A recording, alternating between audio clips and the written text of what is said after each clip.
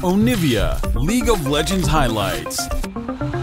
Have something that can actually fight back later on. Something like a Victor or, I mean, this is not going to be the scaling argument I was going for, but I was going to say something like a Victor could end up being something that shores this up. It's in Fly's wheelhouse, but the Lulu here is Fly is staying for a really long time. Gory's baiting this. I think he's over that wall. Yeah.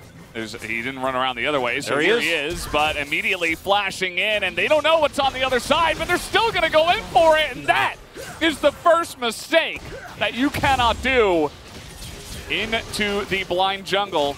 This should be our Rift Herald to take. Yeah, teleport being committed in here for Duckdom. They want to contest this. Yeah.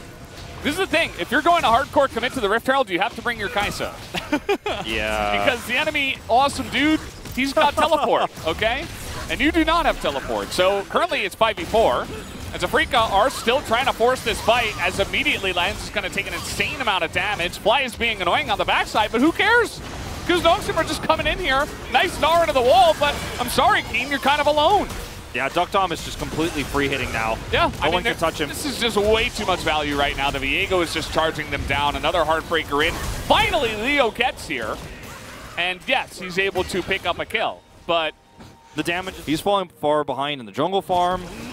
It's just really unfortunate here as Fly. Yeah, and there's even more. There's no flash here on this Lulu. Yes, she is fast, but it's about to be 3-on-1. They're trying to give that kill to Gory, but took a little bit too long, so Fly trying to get some vision down. Nongshim declare that this Drake will be theirs.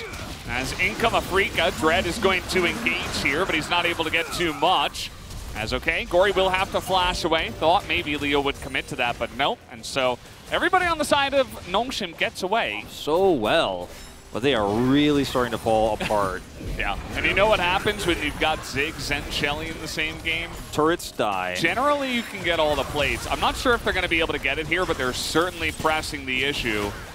As you can see, yep, there it is, just barely able to extend that. I will say that I think that if you're going to run the Gnar, you need a stronger mid lane of damage to follow up. Gifts for you. Why didn't you play the Santa Claus Braum skin? That's my question. Yeah. As Peanut goes extremely deep, and a really nice Crescent Guard is going to force that flash. Dread has to use his own. As Keen with the Mega Gnar bar, he's coming in here. He's looking for a play, trying to make it happen alone, as the Wild Growth follow-up is huge. As now they're really trying to get in here. The Satchel Card charge will push him back. As Gory is in a little bit of trouble. Looks like he does have the Shuriken to get over the wall, but finally Keen just takes it into his own hands. Look at the health bars of Afreeca after they win this fight. Lehens takes the brunt of it, but everyone else is actually pretty wounded.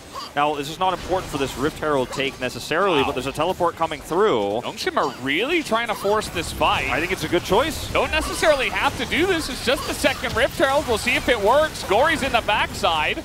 And the poke damage is big. They're trying to kill Keen, but he hits Mega Gnar, and Gory's going 1v4. He's going to go down. They do get Keen, but at the end of the day now, Viego is pretty huge in this kind of scenario. The skirmish comes in.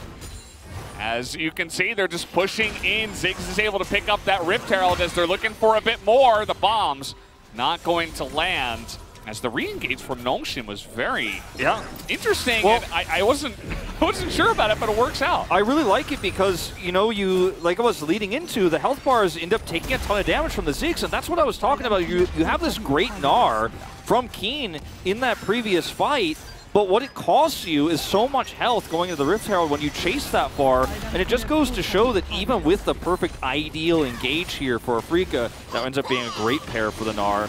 But they don't have that here, as they will look to take this Drake and get away with it. But when you look at how much damage Duckdom does, yeah, it just keeps happening.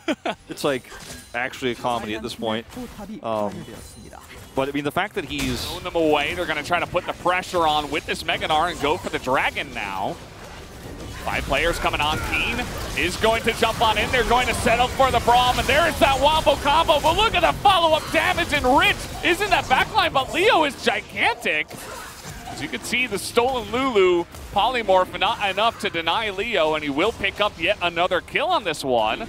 Peanut will have to try to make something happen here alone. Teleporting back in, I think, after he returns. They were going to see that match. Okay, it's going to be about the smite, and it goes the way of Peanut. He's able to get another big smite once again. Afreeca. Oh, that's a deadly ends. This is not what you want. This is not the way you saw this one going. And yes, Leo is doing the best in this game. He's carrying. Look at his damage output, but look at Ziggs. Look at what he's able to do in this fight. His ultimate hit basically everything.